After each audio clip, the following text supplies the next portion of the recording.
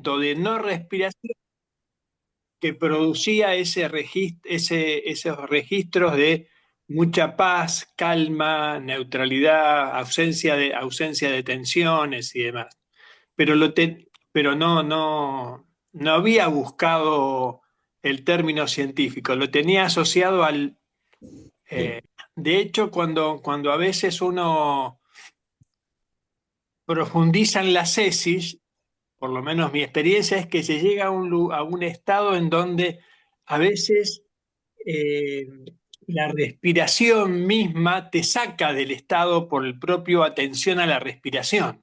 Entonces, a veces el cierto intento por no respirar te mantiene en ese umbral, ¿se entiende? Es decir, pero bueno, pero no puedes estar mucho sin respirar. Entonces, esa paradoja de si atiendes a la respiración, vuelves a las sensaciones habituales. Si no atiendes e intentas no respirar o por lo menos enlentecer la respiración, llega un momento en que necesitas volver a respirar. Entonces lo tenía asociado a ese forzamiento, pero no había leído nunca nada, Luz. Así que ¿sabes qué? Hace 2 días dije, antes del encuentro, voy a buscar en algún diccionario la ataraxia. Y no tuve tiempo. Va, me Bueno, olvidé. pero ¿les parece esta explicación que hemos visto o es una tontería del... No, tiene Ah, que ver con este tiene que equilibrio. ver, sí, sí, sí. Tiene que ver, tiene que ver. Hay que ver si en alguna otra explicación, no sé si en algún significado de la Real Academia Española, algún diccionario más completo lo asocia con la respiración o no, o si es, porque a, digamos, entiendo que es una palabra que viene del griego, a significa sin, en anomalía, no sé, me parece que el prefijo a, si es que viene del griego, tiene un significado como de ausencia de algo. Ujú, sí, sí. Y Bueno, taraxia hay que ver qué significa, ¿no? Digamos, si es que es sensaciones o sin sensaciones, no sé. aquí tenemos ataraxia, la Real, ¿cómo se dice? Diccionario de la Real Academia. Academia.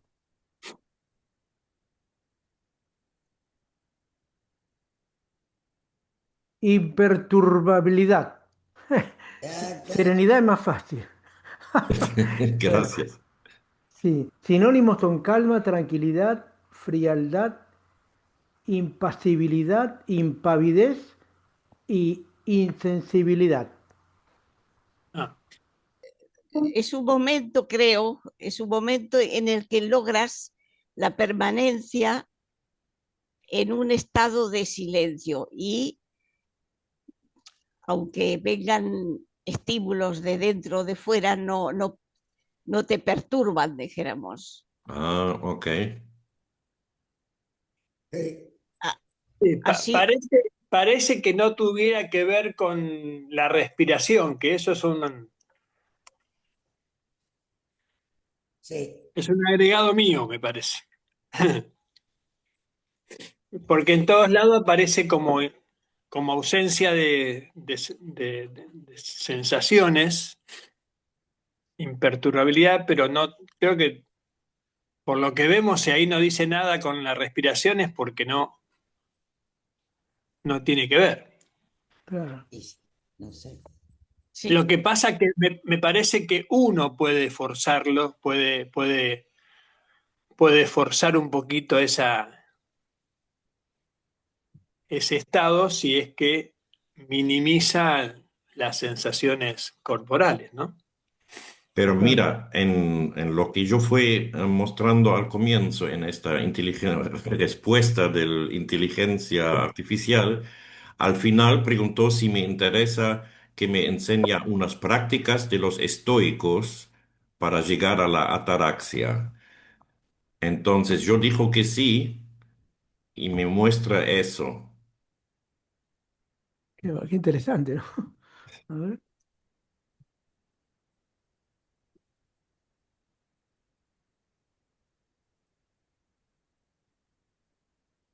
Para alcanzar la ataraxia o tranquilidad mental, los estoicos practicaban ejercicios mentales diarios.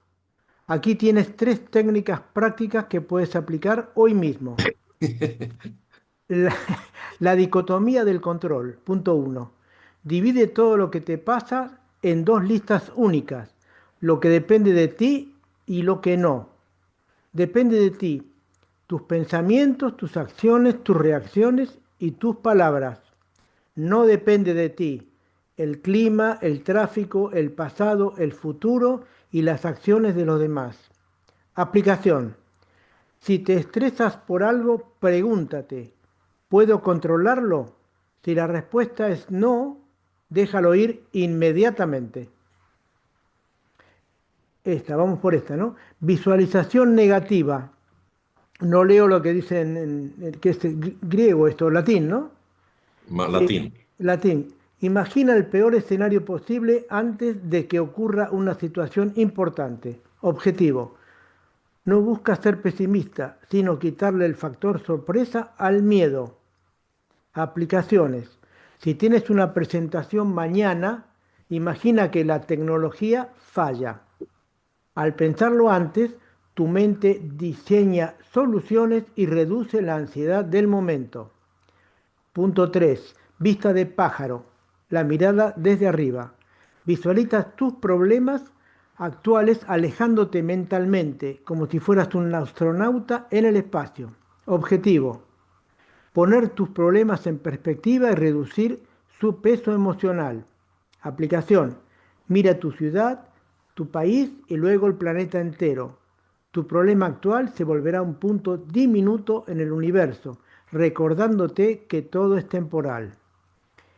¿Cuál de estas 3 técnicas se adapta mejor a una situación estresante que estés viviendo actualmente para ayudarte a resolverla? ¿Le puedes preguntar a tu amigo Lutz Sí. Claro, si hay alguna técnica con la respiración? Mm, claro, a ver, dale. ah, no Ah, sé verá. si, no sé si lo ven. Sí. ¿Lo Sí. leemos? Sí, Vale. Sí, totalmente. Aunque los filósofos antiguos se enfocaban en el control mental, la psicología y la neurociencia actuales unen la ataraxia con la respiración consciente. Controlar el aire es la forma más rápida de hackear tu sistema nervioso para apagar la ansiedad. La técnica más utilizada por psicólogos y expertos para alcanzar este estado de calma radica en la respiración cuadrada, también llamada box breathing. ¿Cómo funciona la respiración cuadrada? Esta técnica simula un cuadrado perfecto dividido en 4 pasos de igual duración. Te saca de inmediato del estado de alerta, entre paréntesis, lucha o huida, y te ancla en el presente. Inhala. Uy, mira la de 4 segundos. Inhala, toma aire lentamente por la nariz durante 4 segundos llenando el abdomen. Retén, mantén el aire en tus pulmones durante 4 segundos.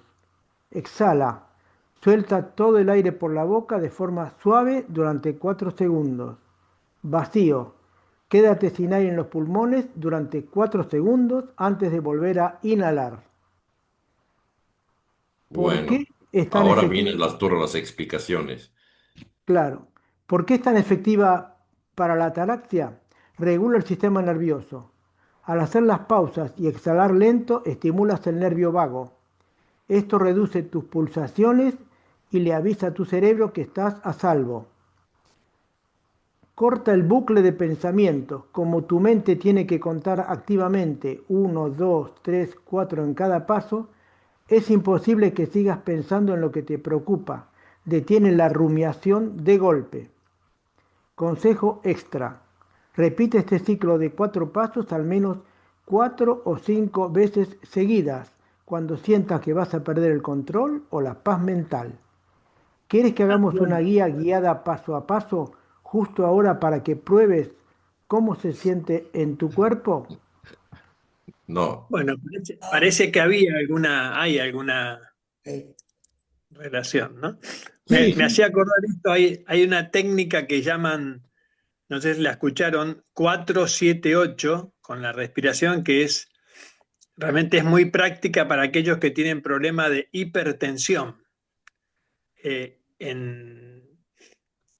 Reduce drásticamente la presión arterial este, con esa técnica, que es inhalar en 4 segundos, retener 7 segundos la respiración y exhalar en 8, ¿no? Y les aseguro que reduce drásticamente, es decir, en hacerlo 2 o 3 veces, nada más que 2 o 3 veces, es decir, en 30, 40 segundos, la tensión arterial baja a un promedio del 10 al 20%, No me drásticamente. digas, no sabía ¿Eh? eso. Qué Sí, sí. interesante. 4, digamos, es esa técnica de inhalar en 4, mantener 7 segundos y exhalar en 8, alargando la respiración, ¿no? Sí. 4, 7 y 8. ¿Sabes Es qué? muy, Yo la conocía esa. es usada por el sistema.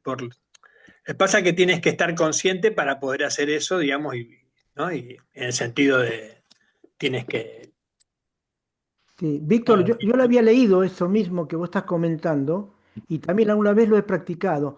Y yo hago yoga una vez a la semana y en el yoga también se usa eso de la respiración consciente y va bajando el ritmo del sistema nervioso y el nervio vago que dice aquí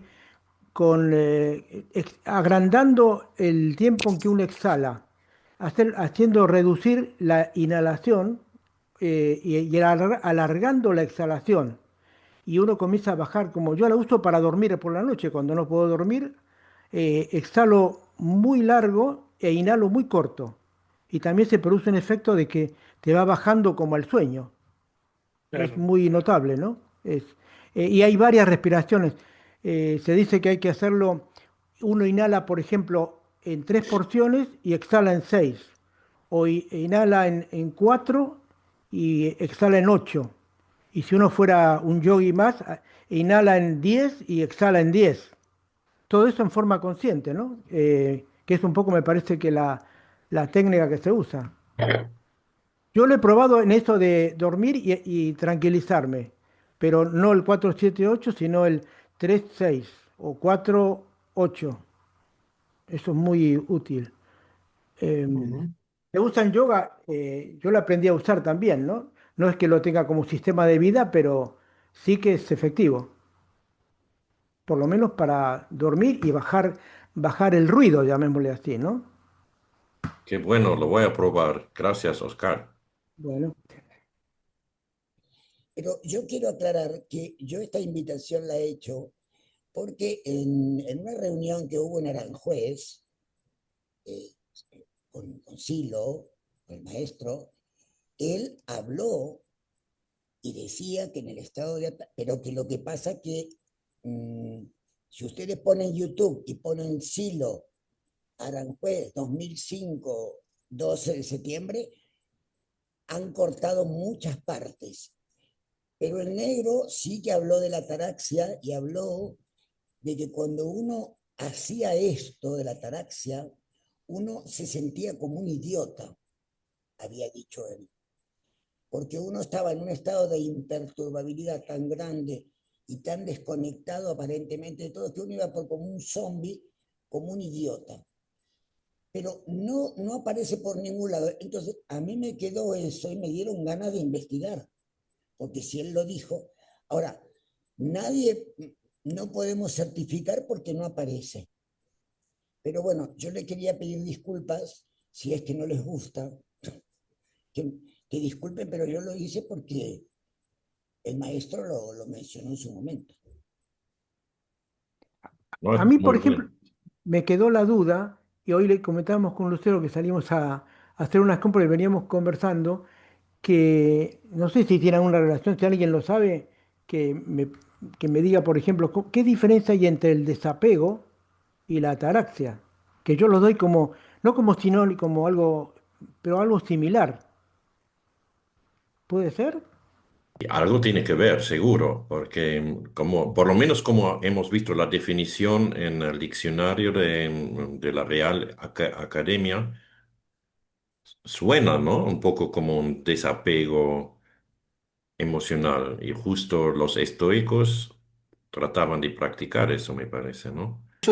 Susana, no pudiste rastrear si había algún apunte, alguna explicación adicional que haya dado el Increíble, pero maestro respecto no, a ataraxia, no. no pude, es que es impresionante, lo he buscado, pero no sabe por cuántos lugares. Y ahí está muy cortada la charla de Aranjuez, porque yo estuve presente y me acuerdo de muchas cosas que ahí no aparecen. Habló de la pobreza de espíritu, habló del regodeo, y luego del regodeo, a raíz de una española maestra, una chica que no sé el nombre porque no se la ve, ella habló de que ella va por la vida, le pregunta al negro, ¿no? Dice, negro, mira, yo voy por la vida practicando la no violencia y me siento muy bien, pero claro, me siento una idiota, porque como que voy muy desapegada, dice, como que va como indiferente, pero se siente idiota. Entonces el negro ahí aprovecha y conversa sobre, dice, a mí me pasa lo mismo, dice, eso yo lo experimento. Y ahí, ¡pac!, meten tijera. Y entonces no aparece todo lo que dice el negro de la ataraxia y no lo pude rastrear por ningún lado, Víctor. No, lo que me parece también, sin mucho fundamento, es que en algunos materiales muy antiguos hay algunas menciones de las primeras épocas a estos temas de la ataraxia. Recuerdo haber leído algo, pero habría que buscar, lo cual no he hecho, digamos, pero digo, tal vez podría ser un lindo ejercicio buscar este, en materiales muy antiguos si hay menciones al respecto, digamos, ¿no? Eh, pero Eh, yo con respecto a lo que comentaba Oscar, bueno, todo lo in- todo es sin fundamento, Oscar, es simplemente interpretación personal. Eh, yo lo diferencio del desapego en el siguiente sentido. Tengo asociado el desapego a una situación donde hay estímulos, suponte, hay emociones, hay situaciones afectivas, hay estímulos, pero yo no me identifico con el estímulo, no me identifico, no quedo pegado, no me, eso, no quedo apegado ni identificado.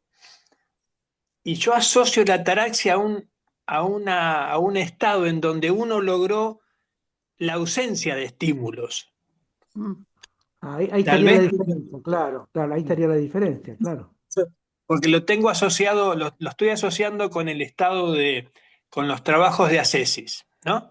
Donde uno va avanzando en el silencio del yo, por así decirlo, en intentar silenciar al máximo los estímulos.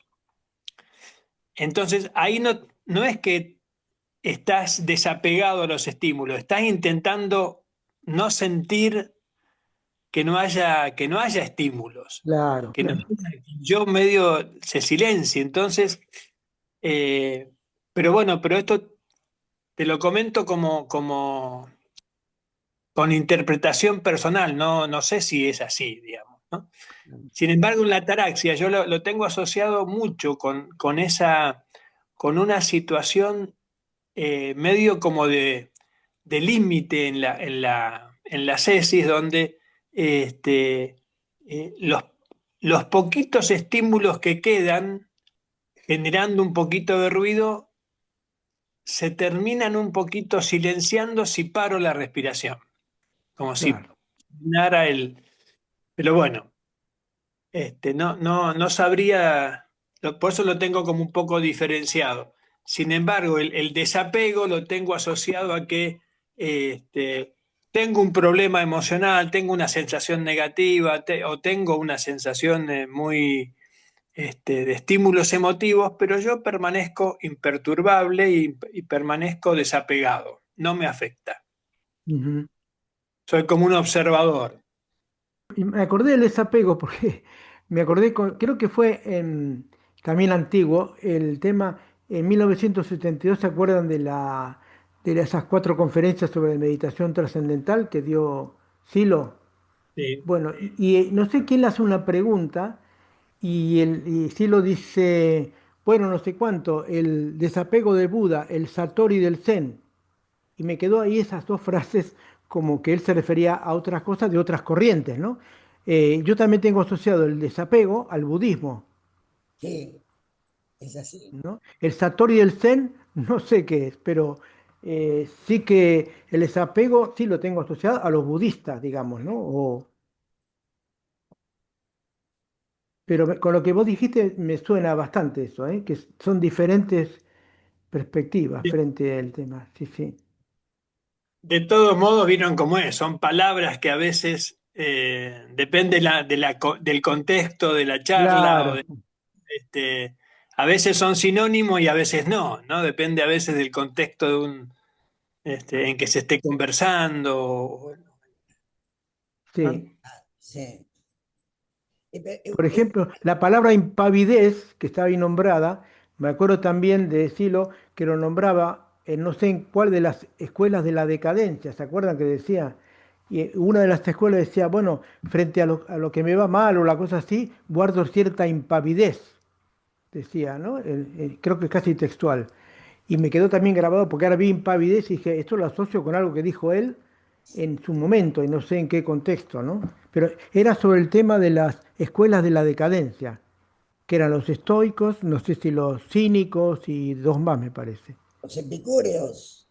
Y el negro lo dijo. En Aranjuez el negro habló de Epicuro, porque el creador de esta práctica es Epicuro. Ah, claro. Es un griego, que es un capo. Y es que Pienso quiero yo, preguntar una cosita. Eh, en lo cotidiano se puede practicar la ataraxia en lo cotidiano, o sea, vivir cotidianamente con la intención de estar en un estado. Por lo tanto, permanecer en ese estado y que nada te saque de ahí.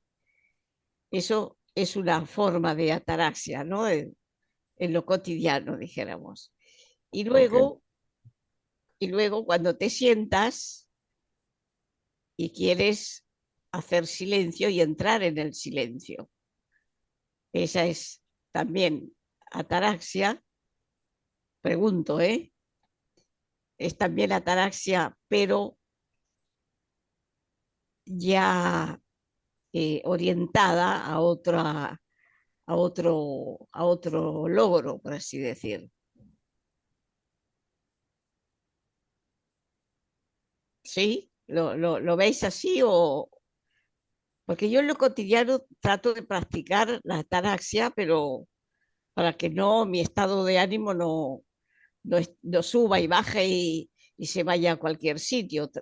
Trato de permanecer en un estado en que las cosas que me rodean, que no son a veces buenas, no, no me lleven para cualquier sitio. Entonces ahí trato de practicar esa ataraxia.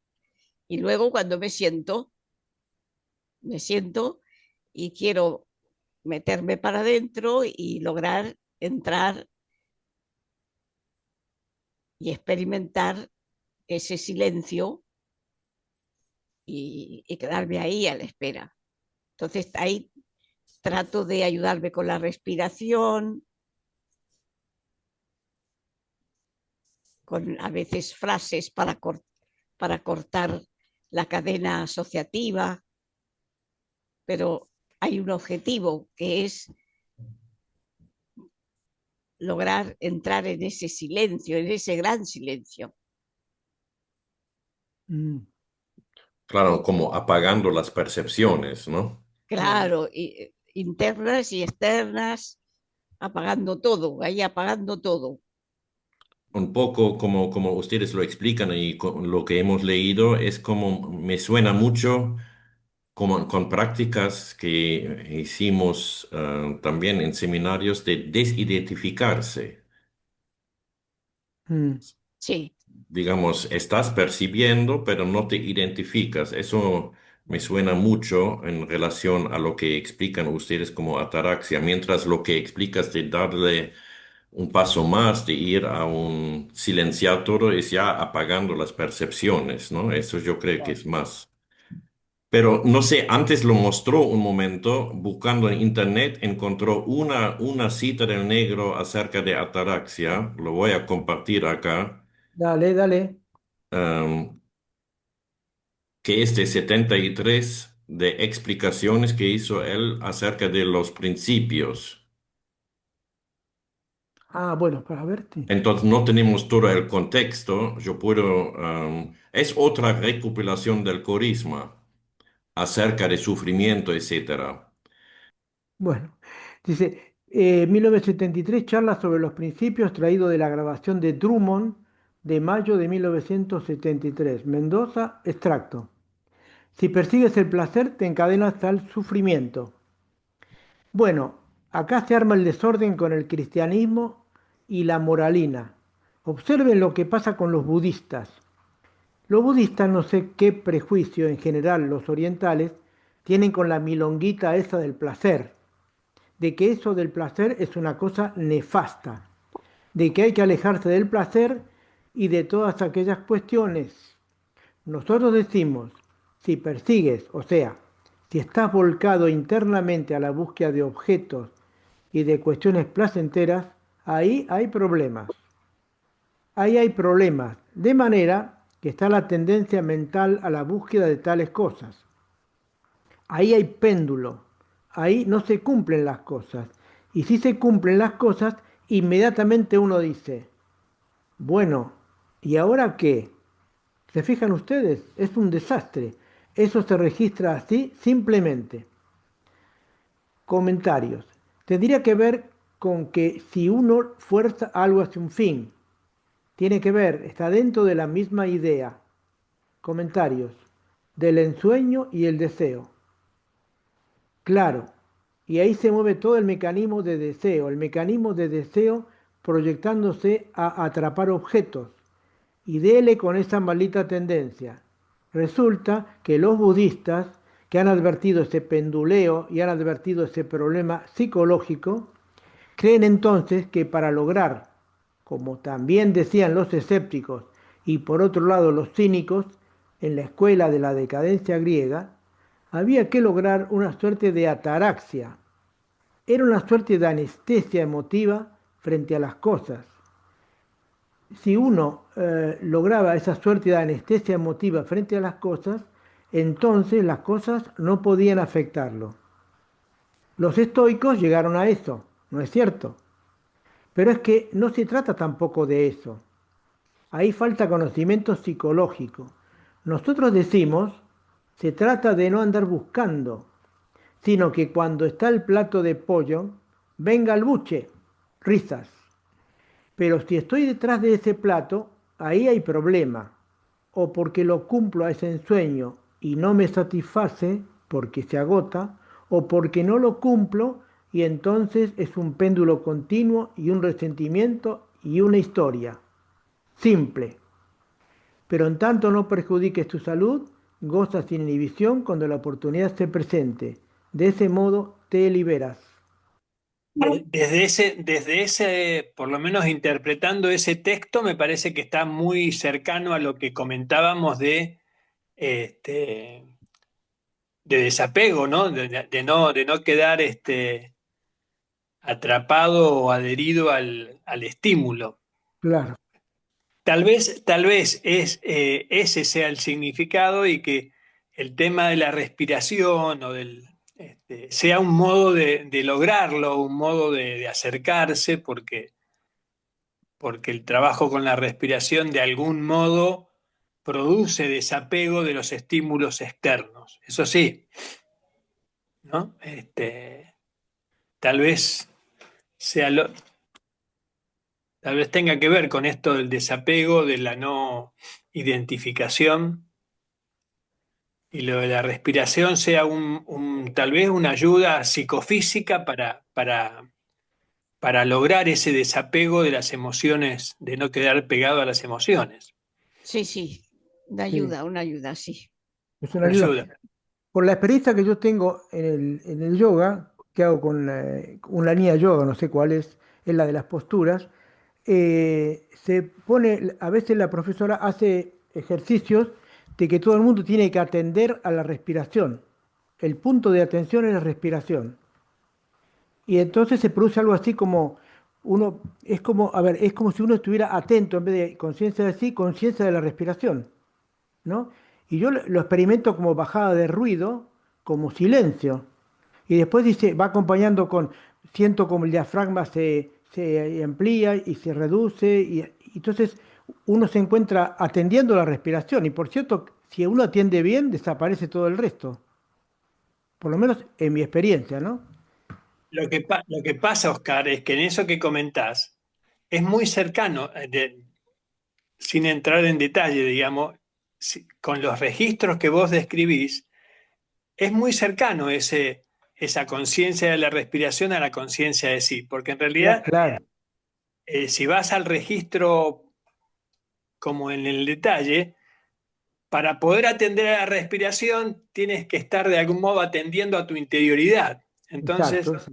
Sí, sí, sí, sí. estás como mirando a tu interioridad y desde ahí estás mirando al mundo. Entonces, es una especie de conciencia de sí. Es Sí, una... exacto. Sí, sí, sí, sí. Yo no sé si la demás gente que va a la clase, no creo que lo interprete de esa manera, ¿no? Pero me parece por las charlas que se dan después. Pero sí que uno, de algún modo está en conciencia de sí, ¿no? Porque atiende a algo, un punto fijo y desaparece todo el resto en el sentido de que no afecta, el ruido baja, claramente, ¿no? Y no estoy identificado con eso. Bueno, esa es mi experiencia, no sé. No sé si todos los alumnos creo que no, tienen esa experiencia, ¿no? Eh, pero es muy útil en todo caso, ¿no? Yo lo aprovecho porque es muy, muy útil. Y de alguna manera me acuerdo de mí mismo. Con lo que estás comentando, Víctor, también me hace acordar de mí. Claro. Sí, yo creo que tiene que ver con la atención concentrada en algo.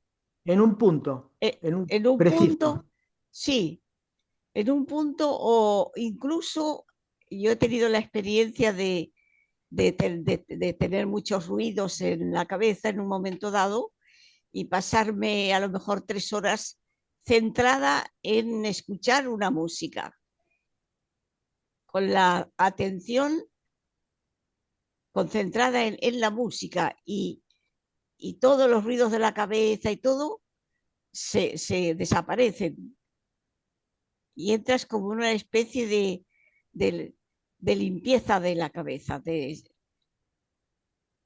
Es, se experimenta claramente y es porque te colocas de esa manera, con la atención concentrada en algo, en la música, en la respiración, depende de lo que quieras, ¿no? Pero basta que concentres la atención y que la mantengas en algo, para que te baje la cabeza, te bajen muchos ruidos. Sí.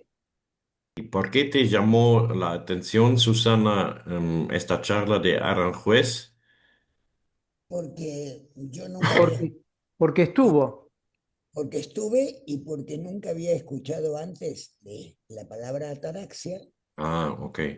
y entonces y habló de Epicuro, entonces yo me lo fui a leer a Epicuro, Yo creo que también cuando Susana me conversaba de la ataraxia, me pareció recordar que en una conversación de Silo sobre el tema de la cesis, hablando sobre cierto tipo de ascesis cercana a la oración del corazón, ¿se acuerdan que menciona sobre los, los monjes del monte Athos ahí Sí, eh, sí, y la técnica de la oración al corazón?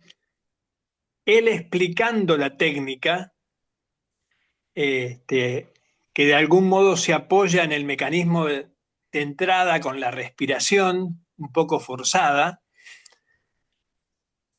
me parece que en una de esas charlas menciona la palabra ataraxia, pero digamos, lo busqué en los apuntes de escuela, que es lo único que, digamos, donde imaginé que podía estar. Así que voy a buscarlo mejor, porque creo que era una charla informal, no era una charla formal. Voy a explorar luego a ver si realmente es un invento de mi memoria este, o es una mención sobre el tema.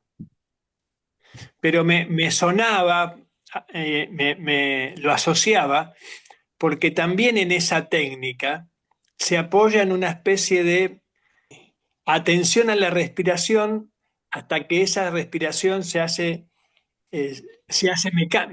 más que se hace mecánica, Lo automatiza, exacto. se automatiza y evita que la atención se vaya a la respiración, sino que este, queda como automática y uno puede seguir trabajando en el silenciamiento o en la búsqueda del registro de la significativo de la disciplina. Porque ahí en esa charla me acuerdo que explicaba que lo que te saca nuevamente muchas veces, cuando alguien logra silenciar los estímulos, silenciar los sentidos, silenciar un poco el yo, lo que habitualmente te saca nuevamente es la respiración, porque la respiración se mantiene como un estímulo de ingreso y egreso de aire, ¿no? Y que en esa paradoja, este, ese grupo de monjes ahí de la filocalia lo resolvían au- con una técnica psicofísica que era automatizar esa respiración de algún modo. Y, y explica, ¿no? Bueno, en la filocalia está descrito cómo hacían ese mecanismo. Así que bueno, tenía y tengo todavía asociaciones libres con la ataraxia. Hay que ver cuáles son, cuáles son verdaderas y cuáles son asociaciones de uno y interpretaciones erradas. De todos modos, con eso que leímos, me pareció, a mí me ayudó mucho el tema de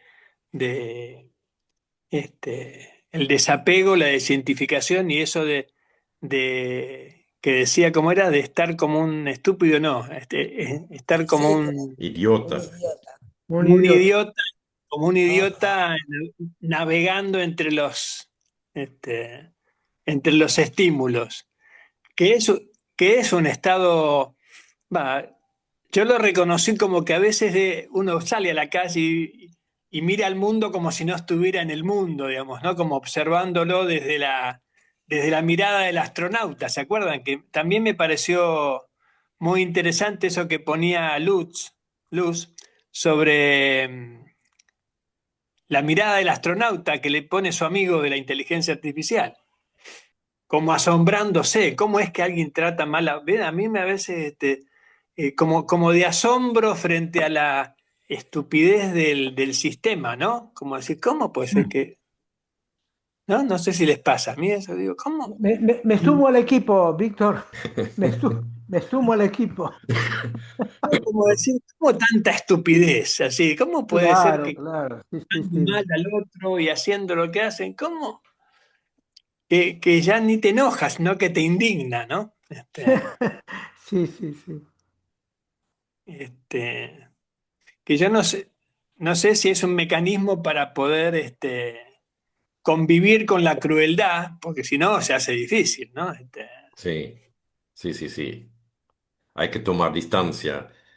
Claro, esa toma de distancia y de asombro, que después me parece que de algún modo yo lo asociaba mucho con esa mirada que tenía Silo a veces con los fenómenos que miraba del medio, del sistema, que lo llevaban, que era de un poco de asombro y después de buen humor, se reía de las, ¿no? Es decir, yo digo, de esas estupideces, porque terminaba como que a mí me asombraba, digo, ¿cómo es que le causa, cómo genera ese humor cuando a mí me genera enojo, por ejemplo? ¿No? ¿Viste? Claro, No sé sí, si a ustedes les pasaba, pero a mí me pasaba que hablaba de un sí, sí, político de acá y se reía como si fuera, como si estuviera viendo un payaso en el circo. Y yo estaba totalmente enojado e indignado por el tipo el desastre que estaba haciendo. El buen humor eh, tiene que ver con ese modo de observar desde otro lugar, ¿no? Los fenómenos. Sí. Desapegado, como viendo una ópera grotesca, no sé, como viendo sí, sí. me parece, va, porque si no, Sí, eso que comentas me deja acordar, me pareció genial como otros miles de cosas de él, cuando, cuando era el ataque en Nueva York, en 2001. Ah, y el negro lo comentaba el día próximo, bueno, tanto ruido porque se bombardearon tres kiosquitos, mientras todo el mundo estaba hablando de no sé Sí, qué, sí, ¿no? sí, Pero él sabía de redimensionar a veces las cosas y se notaba que él tiene otra mirada a las cosas, sí, sí, sí, sí, desapegado. sí, desapegado. Sobre todo cuando él notaba que hay dramatización, ¿no? claro. Y un poco eso es que se hace también, me deja eso del astronauta en el tema que yo no lo manejo de ninguna manera, pero metió un poco la nariz en el tema del método, donde se trata de ver las cosas desapegadamente de diferentes ángulos con una cierta distancia, ¿no? Ujú.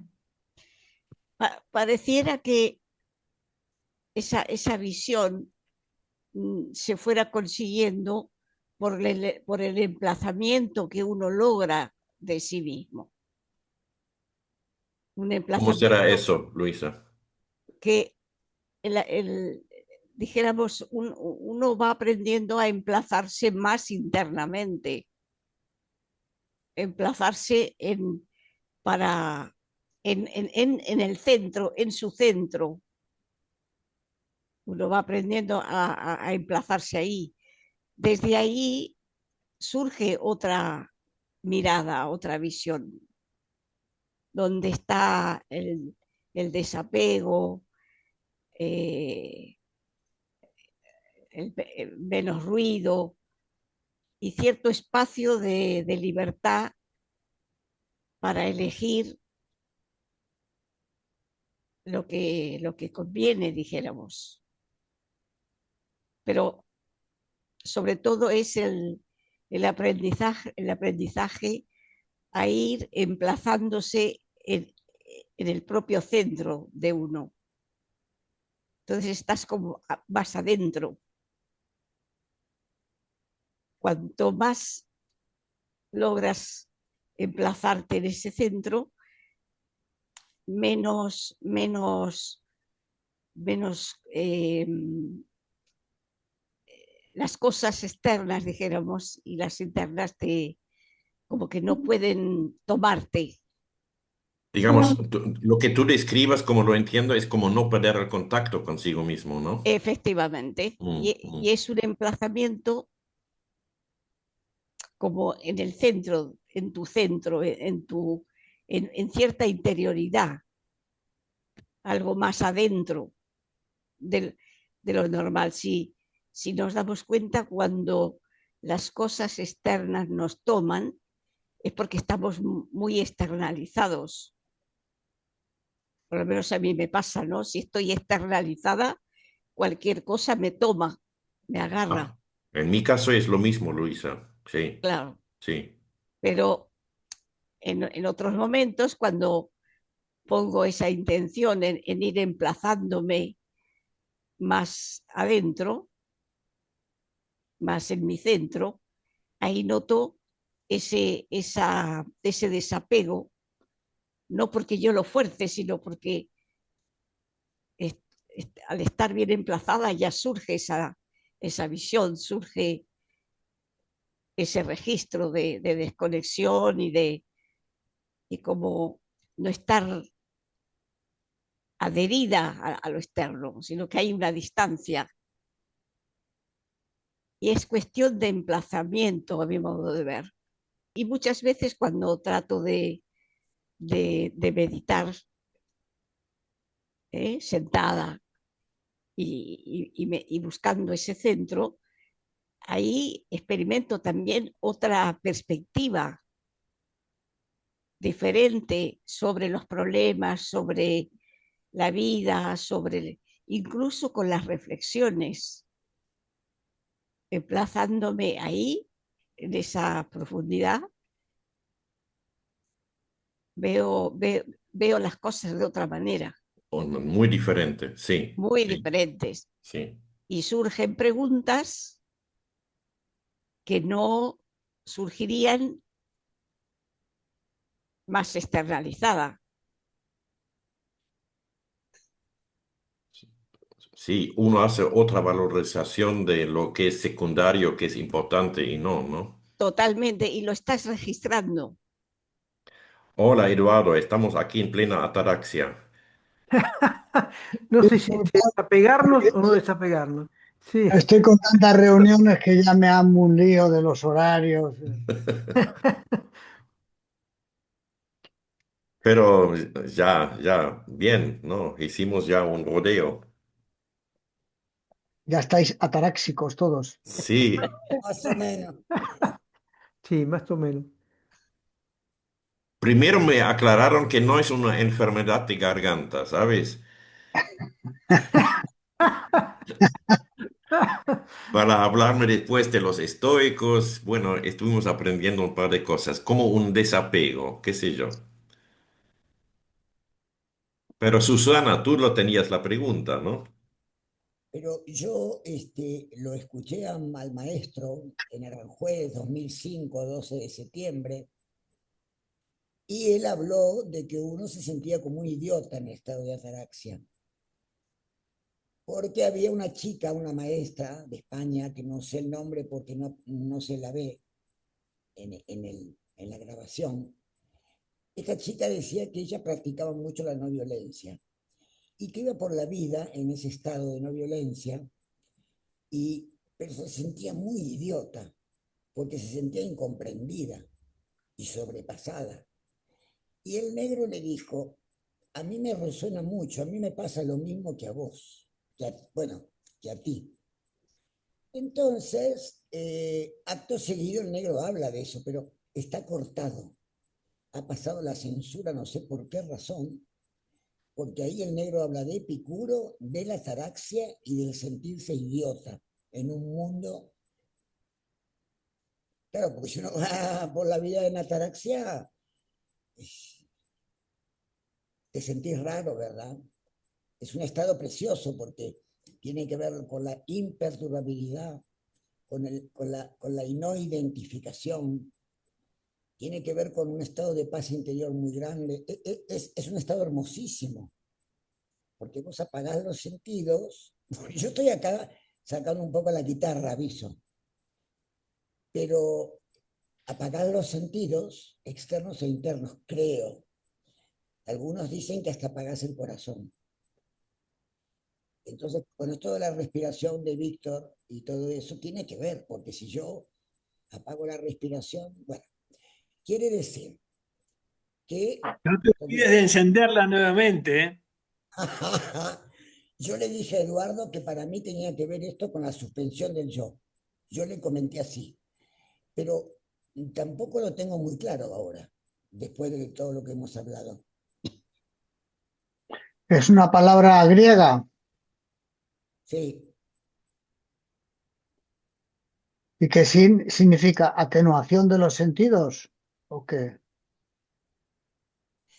Mira, el que sabe mucho de esto, que yo lo invité pero no pudo venir, es Toti. ¿Quién?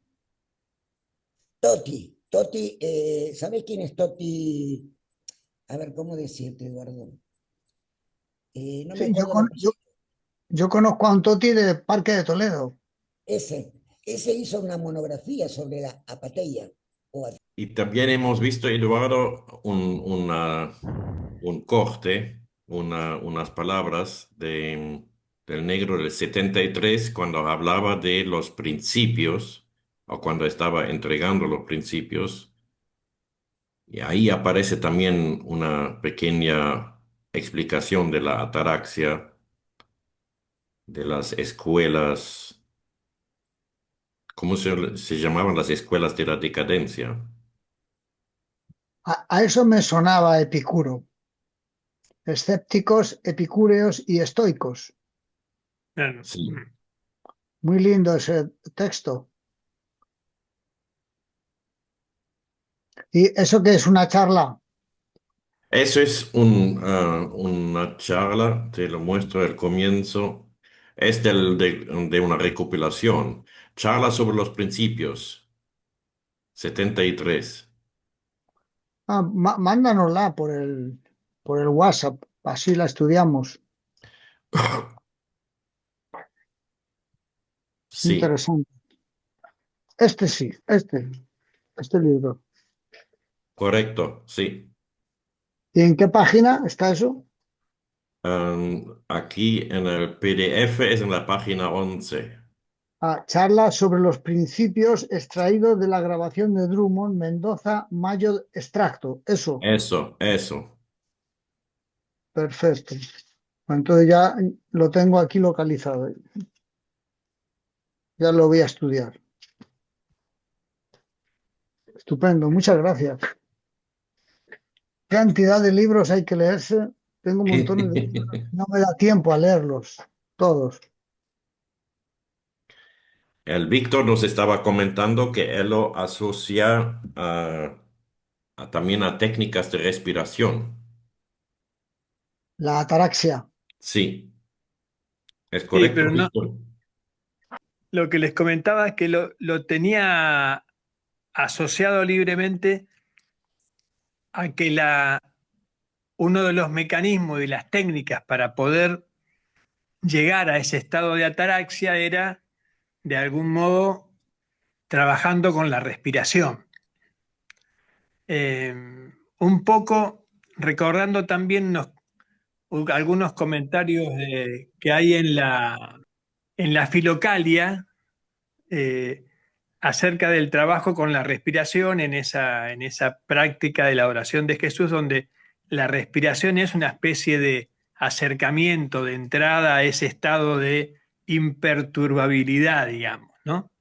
Pero yo lo explicaba esto en el contexto también de la cesis, ¿no? Como que también este estado de ataraxia, yo no sé por qué lo asociaba sin haber leído, lo asociaba a un estado de ausencia casi de estímulos, de registros, y la respiración como apoyo psicofísico a ese estado.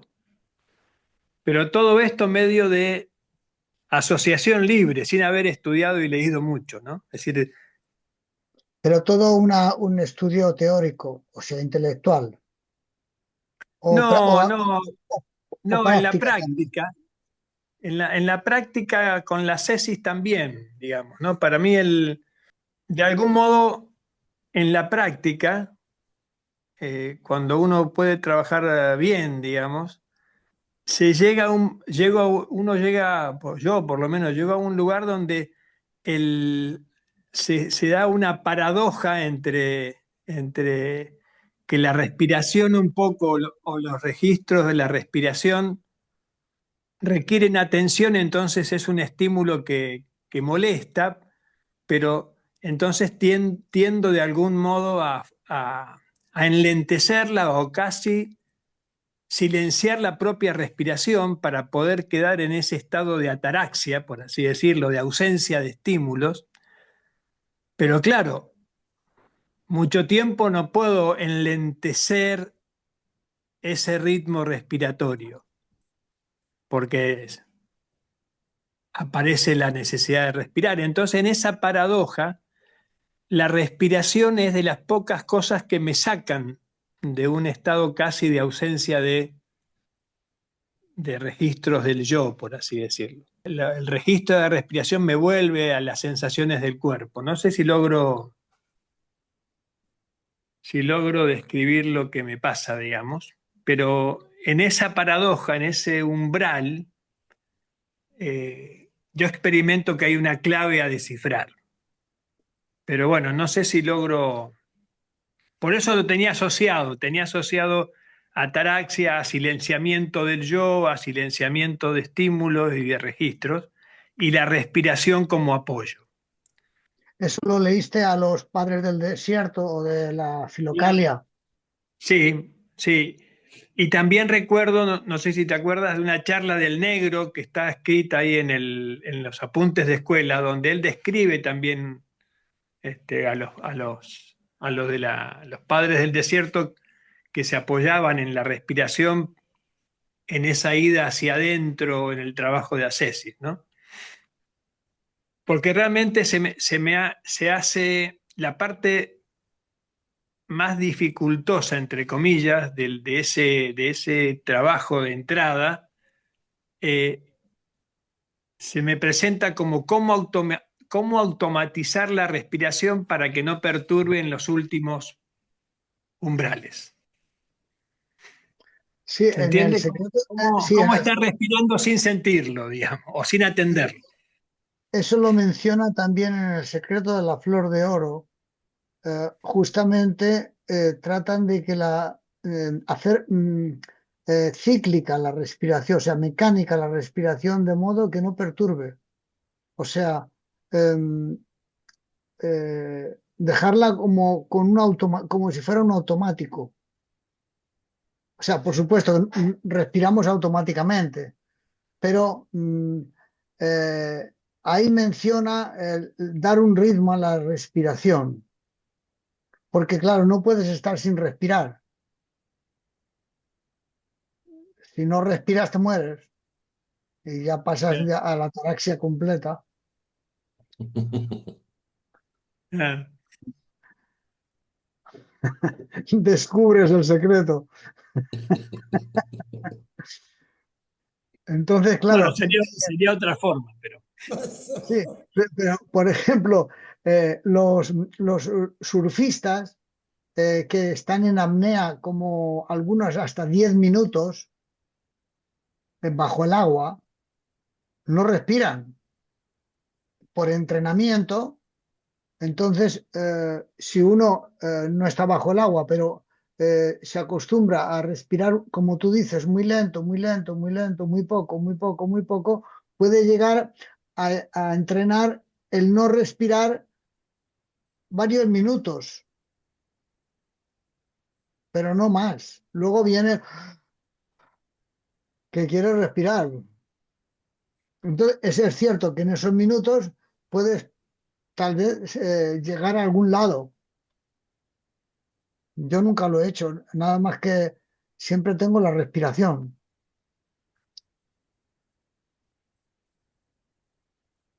Lo que sí que he observado es que apoyándote en la respiración, el mismo registro genestésico de difusión de la sensación es como si fuera una manifestación de la fuerza.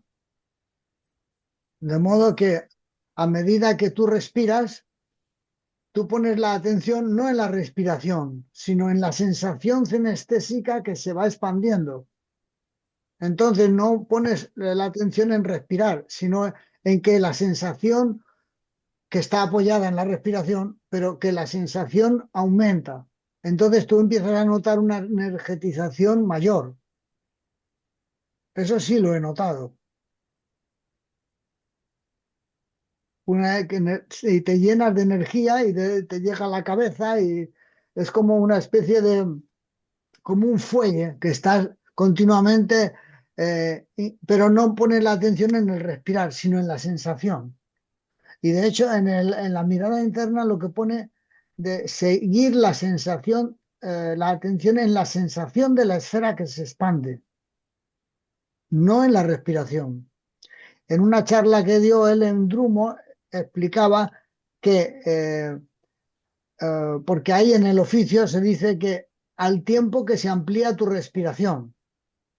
Y él comentaba que puede ampliarse o no. O sea, el tema es que no perturbe la respiración. No sé si me explico. Sí, Sí, sí. sí, sí, Entonces, muy claro.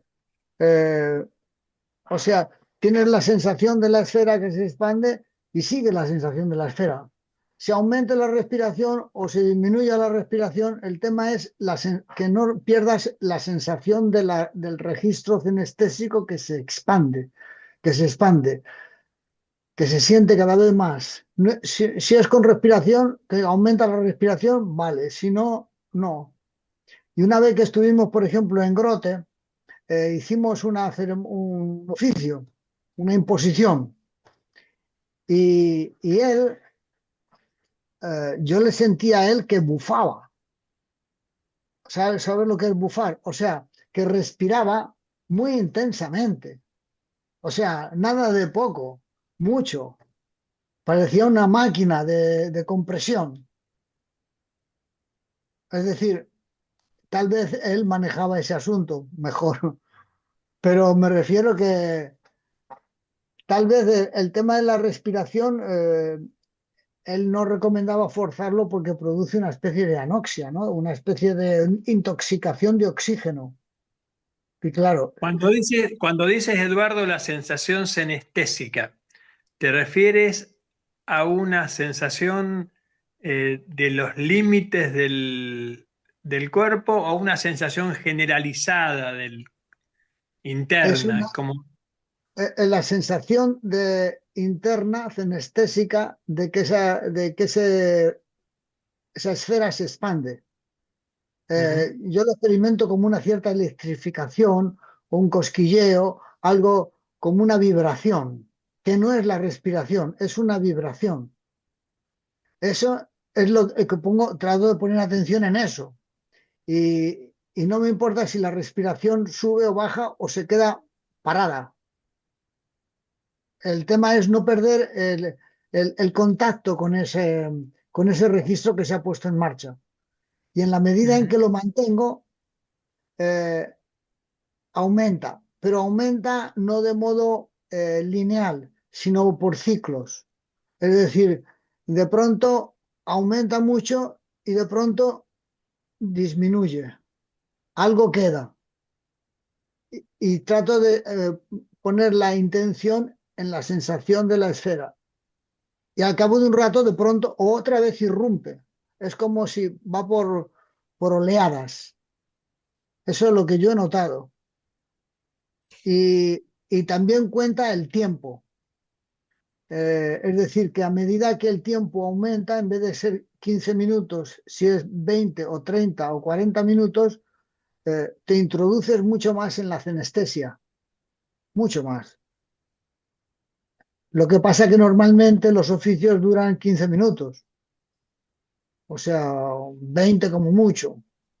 Entonces, no da tiempo a que el fenómeno a veces se desarrolle. Eso es lo que he observado.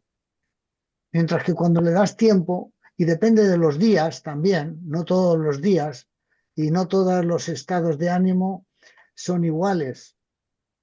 Hay días que uno está más inspirado o más emocionado por algún motivo, entonces la energía está fluyendo de un modo diferente. Eso, Entonces, Eduardo, disculpa, eso lo asocias con el trabajo con la fuerza directamente. Sí, sí, sí. Por ejemplo, una cosa que he observado es que en la medida en que conversamos con otra gente sobre estos temas, el fenómeno de la fuerza se da con más intensidad, más continuado, dura mucho más tiempo.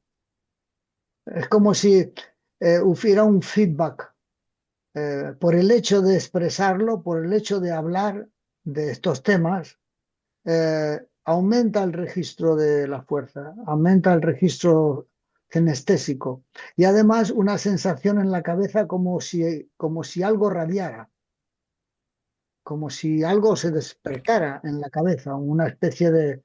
Yo lo asocio con la flor de oro que he leído en algunos libros.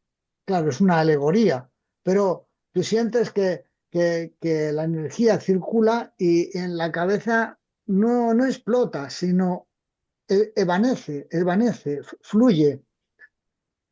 ¿Habéis visto esas figuras de los budas que tienen con muchos pétalos en la cabeza, como un casco de, con algo en la cabeza? No sé si la habéis visto.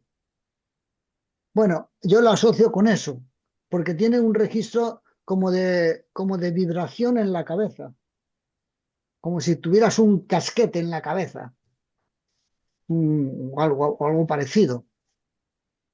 Y entonces esa ¿Lo asocias, sensación, sí. no, lo asocias, Eduardo, esa sensación con lo que se dice en la mirada interna del punto de control?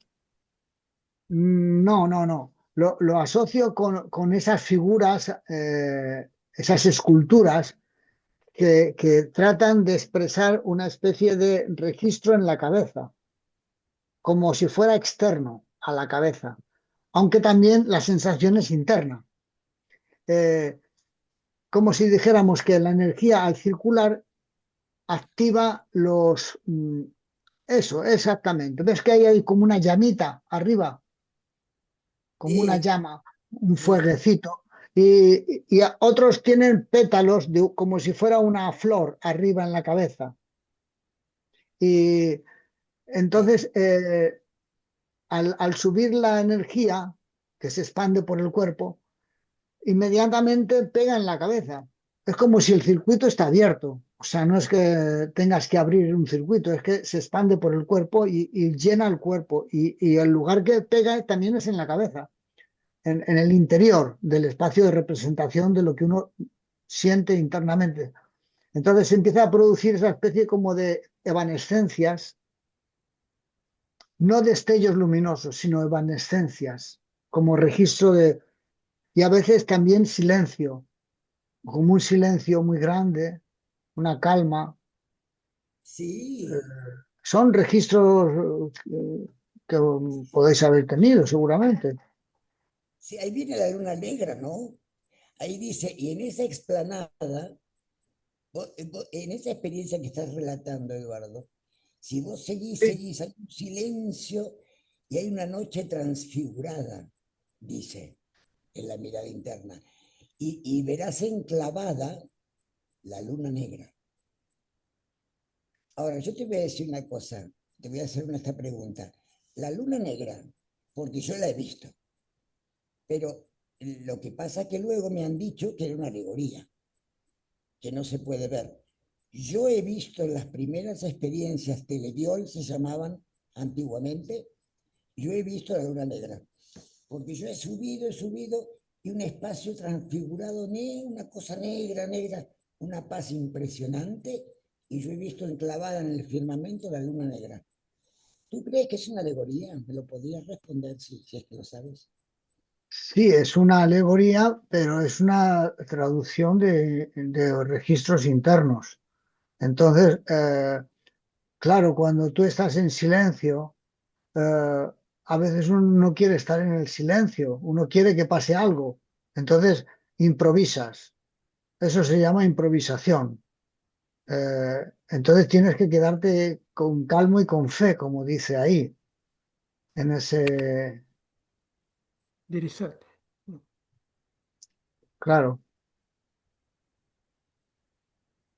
Entiendo. O sea que existe la luna negra.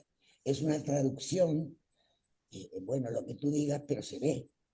Yo la he visto. A mí no me, o sea, no es una alegoría, no es una cosa inventada. En un momento dado, bueno, una sola vez me pasó eso, nunca más. Pero creo que todo eso que estoy comentando no tiene que ver con la ataraxia de la que habla. No, pero antes que llegaste, el Oscar nos comentó también em, de sus experiencias en prácticas de yoga, donde una cierta respiración, em, a lo mejor dices tú, ¿no? Si te entendió bien, Oscar, hablaste de que te lleva a un cierto estado de conciencia de sí. Bueno, eso lo redondeó Víctor, pero sí. Ah, disculpa. mm, sí, no, no, no, está bien. Sí, el hecho de, al practicar yoga, por lo menos en donde yo practico yoga, hacen una suerte de estar atento a la respiración y dan como una métrica, llamémosles así. Si tardas 3 segundos en inhalar, otros 3 segundos en exhalar. Y a medida que vas respirando, alargas la respiración, pero siempre hay que estar atento y ser consciente de ese ritmo de la respiración, ¿no? Si eliges un 3 de métrica, 6 para exhalar. 3 inhalo, 6 exhalo. Y si no, 4 y 8. Y bueno, uno está en ese estado y van bajando los ruidos y de algún modo desaparece todo el resto porque queda nada más que la atención en ese punto, que es la respiración. Eso es un poco la experiencia. Y te olvidas de todo, si tenés rollos mentales desaparece porque estás centrado en ese punto. Bueno, eso comenté yo. Y creo que Víctor comentaste que eso podría estar como una especie de conciencia de sí, ¿no? Una cosa así. No, lo que comentaba es simplemente que el hecho de estar como práctica, digamos, el hecho de estar atendiendo a la respiración te coloca, o por lo menos en mi experiencia es que te coloca con una mirada más profunda, como que miraras De desde demás, sí, una, sí. desde más interior, más desde la interioridad de tu cabeza, de tu espacio de Sí, sí, sí. representación, atiende a la respiración y ya de eso de por sí te va colocando en un estado de conciencia de Sí, sí, sí, sí. ¿no? Es decir, Así es, sí, sí. el mecanismo es que tú te observas a ti mismo y observas otras cosas después. Eso ya es Claro. un, este, por lo menos a mí me ha ayudado es a profundizar la mirada como sinónimo de la conciencia de sí, como Sí, mecanismo sí, sí. de, Sí, de sí, ir yo diría hacia. que es un sinónimo, sí, sí.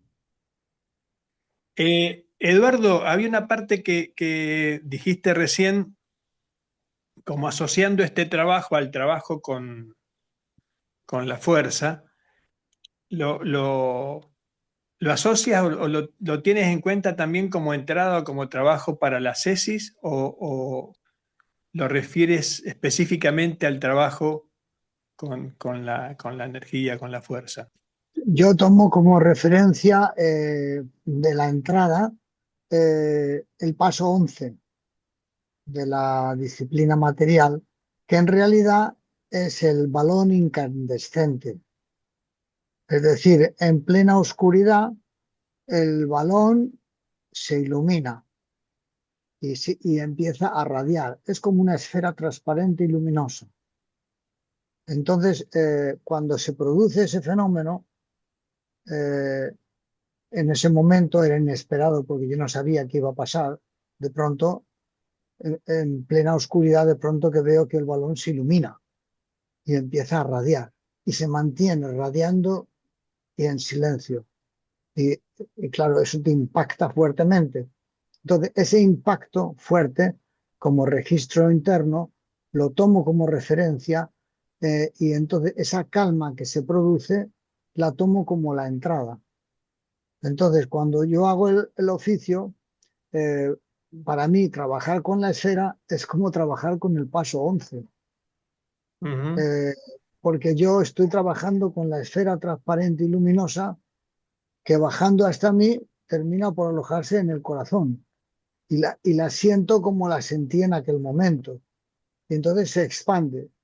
y empieza a radiar y pega en la cabeza, porque en aquel momento sientes también como un impacto en la cabeza, en el interior, como si algo te hubiera dado un chispazo o algo. Entonces, todo esto es un modo de hablar. No había un chispazo, pero uno dice como un chispazo. Y entonces ese es el modo de entrar en la ecstasis. Así que para mí el mensaje es un tipo de accesis. Son los pasos del accesis.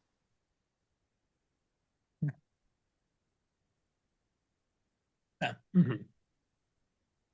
O sea, cuando alguien me pregunta cómo es tu accesis, digo, para mí el mensaje es la accesis. Eh, la asocio en su entrada con la esfera transparente y luminosa.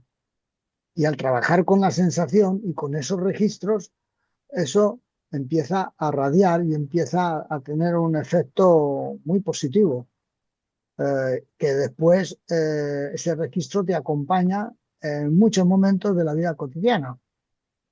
Ujú. Y el registro de la fuerza viene muy habitual. A veces al despertarme, a veces cuando estoy hablando con alguien, como de pronto irrumpe el fenómeno de la fuerza. Entonces, y a medida que lo hago más, porque hacemos como a lo mejor 4 o 5 a la semana mínimo, más luego las cosas que uno puede hacer, entonces es como estás permanentemente haciendo ese tipo de prácticas. Y en Ujú. las conversaciones que hay, por ejemplo, se realimenta eso. No digo que sea como un oficio, pero va en esa línea. Es como si mantuvieras un nivel de mentación y en ese nivel de mentación tiende a surgir más habitualmente los registros de la fuerza, de la calma interior, de la conciencia de sí, tiende a darse mucho más habitual, como un tipo de mentación. Está claro, gracias. No sé si se entiende, vaya. Sí, Sí, sí. Sí, sí, sí, se entiende. Se sí, entiende. claro. Ujú. También todo eso te impulsa a escribir, a, a elaborar esas experiencias, eh, a despertarte por la noche, por ejemplo, y eh, y rápidamente quieres anotar las ocurrencias, porque empiezan a surgir muchas ocurrencias, relaciones. eh, es como si hubieras puesto en marcha una maquinaria que te están continuamente dando señales, una cosa así. Bueno, tiene que ver con la ataraxia porque en realidad es ausencia de sentido, así que digo porque Un digo, modo de vivir, un modo de vivir ataráxico.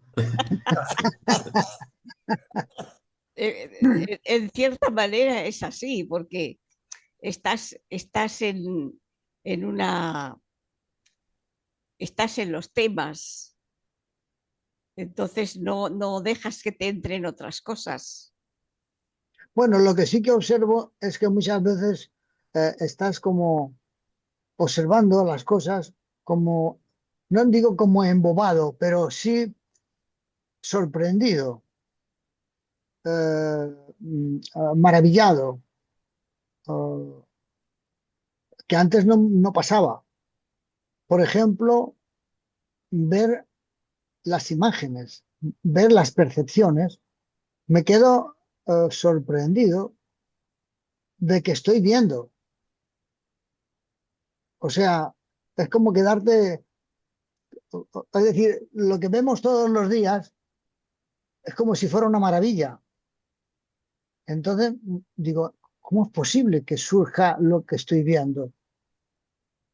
Eh, entonces te quedas como un tonto, como una especie de eh, ignorante. Eres un puro ignorante mirando el mundo. Eso podría ser un tipo de ataraxia. Me suena a lo que habéis dicho. me hace acordar de algún modo por registro, no por otro tipo de asociación, al Día del León Alado, donde uno descubre que existe, ¿no? Donde el negro dice, bueno, pero nos dimos cuenta que te iba siguiendo en ese registro de, de asombro ante las percepciones, como yo lo asocio con el registro de que uno existe, que que descubre que existe uno, ¿no? Sí, Y en el León Alado es como ese registro de existencia, es como la piedra angular del cambio esencial, ¿no? En la humanidad, cuando uno descubre que existe. Lo asociaba con ese modo, esa percepción como de asombro. sí, además, por ejemplo, uno mira y observa lo que ve, una imagen, sea una casa, una persona. Bueno, eso es algo extraordinario. Eh, ¿Cómo es posible que estoy viendo? Eso es lo que a mí me maravilla. ¿Cómo se construye esa imagen? Puedo explicarla, los neurocientíficos hablan de que todo en plan neurológico, pero el surgimiento de una imagen es algo extraordinario. O sea, no sé cómo se produce. Sé que o sea, uno tiene la experiencia de ver las imágenes sin saber qué son las imágenes, aunque uno puede teorizar sobre las imágenes, pero ni quita ni pone desde el punto de vista de ver. No sé si me explico. Ujú.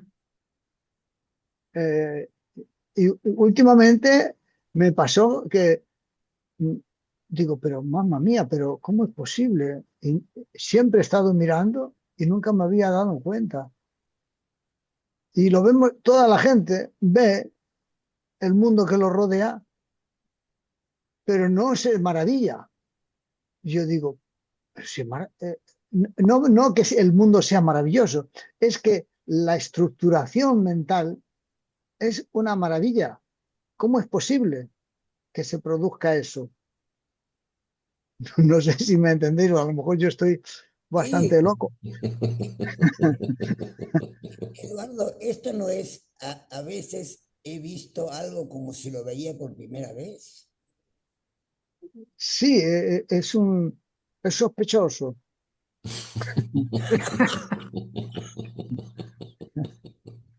Sospechoso de rostro. Ya, ya, ya. Es subversivo. Sí, es una cosa tremenda. Porque, por ejemplo, uno piensa, tú preguntas a toda la gente si lo que ve es real y nadie va a dudar que es la realidad. Es una creencia tan fuerte que no se duda de que la mesa es la mesa, tiene realidad objetiva. No se percibe que es una forma de estructurar. ¿Pero de quién? ¿Quién la estructura? Uno dice, la conciencia. ¿Qué es la conciencia? La conciencia es la imagen.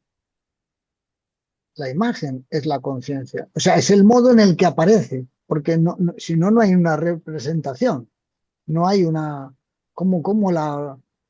Entonces, ¿y esa conciencia cómo surge? Esa conciencia. Hay algo que la impulsa, pareciera. Pero eso que la impulsa no se ve, solamente puedes sentirlo, pero no se ve. Es una dirección, es un intento de expresión. Es como si fuera una conexión con un mundo trascendental que quiere expresarse y no tiene imagen. Pero el hecho de que aparezca como imagen ya es una maravilla. Es como si lo que ves fuera la traducción de lo trascendental, la traducción del modo en el que puedes ver lo trascendental, por así decir. Entonces, claro, cuando quieres ver lo trascendental, si no te gusta lo que ves, pues no hay otra cosa.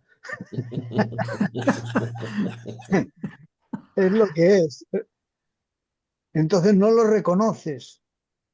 Y si no lo reconoces, pues claro, estás buscando algo que no hay. No sé si me explico. Sí, Aprender sí. aprender a reconocer los signos de lo sagrado en ti y fuera de ti. Ah, Eso te indica que están esos signos. El tema es reconocerlos, no es que te los estén ocultando. Entonces parece que a veces miramos por otro lado. Claro, uno no se da cuenta en el mirar, porque claro, es necesario la conciencia de sí, el darse cuenta. Y en la medida en que la autoobservación va aumentando, empiezas a observar todas estas cosas, todas estas rarezas que suceden. Claro, lo difícil, perdón, Sí, sí, lo difícil es captar que esa traducción en imágenes es lo que es, porque se claro, traduce todo, la conciencia traduce en imagen todo, pero hay ciertas traducciones que vienen de otro lado, como mayor profundidad y las registras. Pero claro, lo traduce en cosas de acuerdo a, seguramente a tu base cultural, lo que tienes en la memoria, ¿no?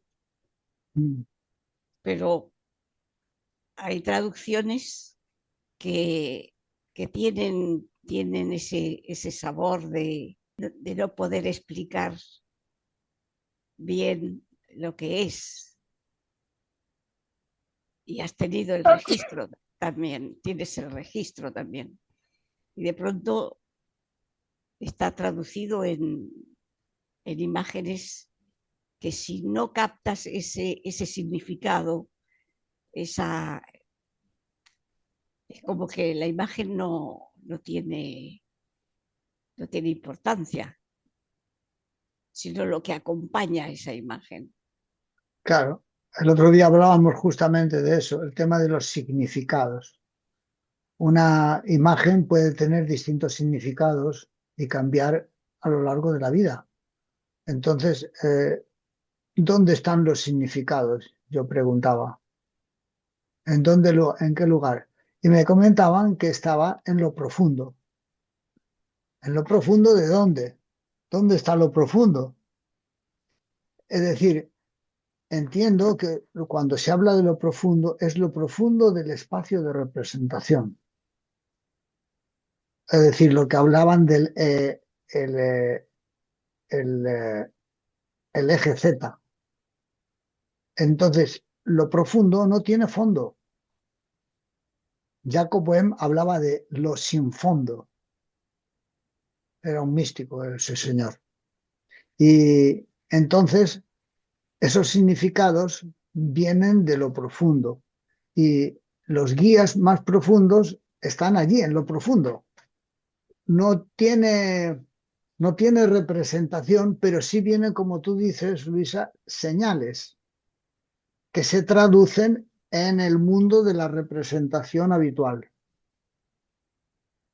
pero son señales profundas. Y por el sabor, como Sí, tú dices, por el sabor, por el olor, sí, tiene un gustillo sí, que es distinto. sí, sí. Eduardo, una pregunta. Recién te escuchaba cuando decías ese asombro de que estás percibiendo algo y descubres que es, de algún modo, es la traducción de que toda representación es realmente ese asombro de que es traducción de la conciencia y por ende de lo profundo. o de algo más profundo. ¿Qué te pasa cuando que percibes es cruel o es violencia, digamos? También, digo, a mí me genera ese ruido, ese choque, que es que eso no lo puedo asociar a que viene a que es una traducción de un espacio más profundo, de la conciencia, de un espacio más profundo. Cuando observo lo maravilloso del mundo o cualquier percepción, pero cuando está la violencia o cuando está la crueldad, se me arma un lío grande de ver de dónde viene eso, ¿no? No sé cómo lo interpretas.